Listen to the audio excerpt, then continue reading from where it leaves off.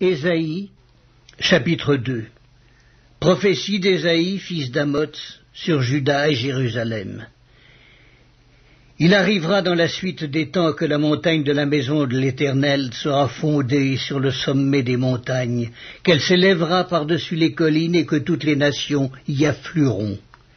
Des peuples s'y rendront en foule, et ils diront « Venez et montons à la montagne de l'Éternel, à la maison du Dieu de Jacob, afin qu'il nous enseigne ses voies et que nous marchions dans ses sentiers. Car de Sion sortira la loi et de Jérusalem la parole de l'Éternel. Il sera le juge des nations, l'arbitre d'un grand nombre de peuples. De leurs glaives ils forgeront des hoyaux et de leurs lances des serpes.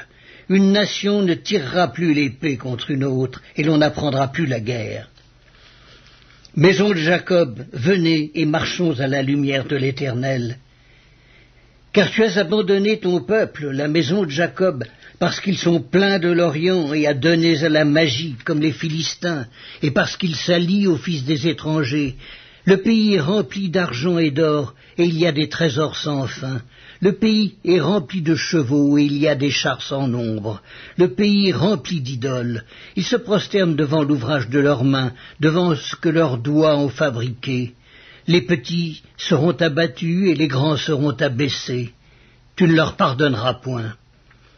Entre dans les rochers et cache-toi dans la poussière pour éviter la terreur de l'Éternel et l'éclat de sa majesté. L'homme au regard hautain sera abaissé et l'orgueilleux sera humilié.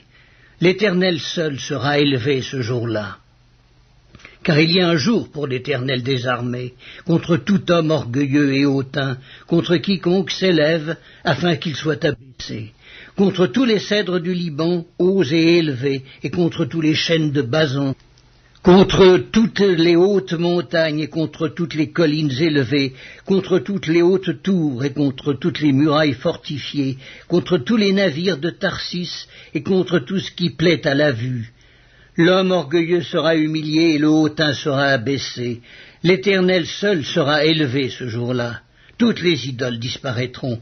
On entrera dans les cavernes des rochers et dans les profondeurs de la poussière pour éviter la terreur de l'Éternel et l'éclat de sa majesté, quand il se lèvera pour effrayer la terre.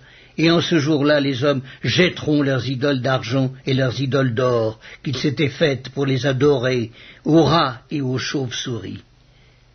Et ils entreront dans les fentes des rochers et dans le creux des pierres, pour éviter la terreur de l'Éternel et l'éclat de sa majesté, quand il se lèvera pour effrayer la terre. Cessez de vous confier en l'homme, dans les narines duquel il n'y a qu'un souffle, car de quelle valeur est-il ?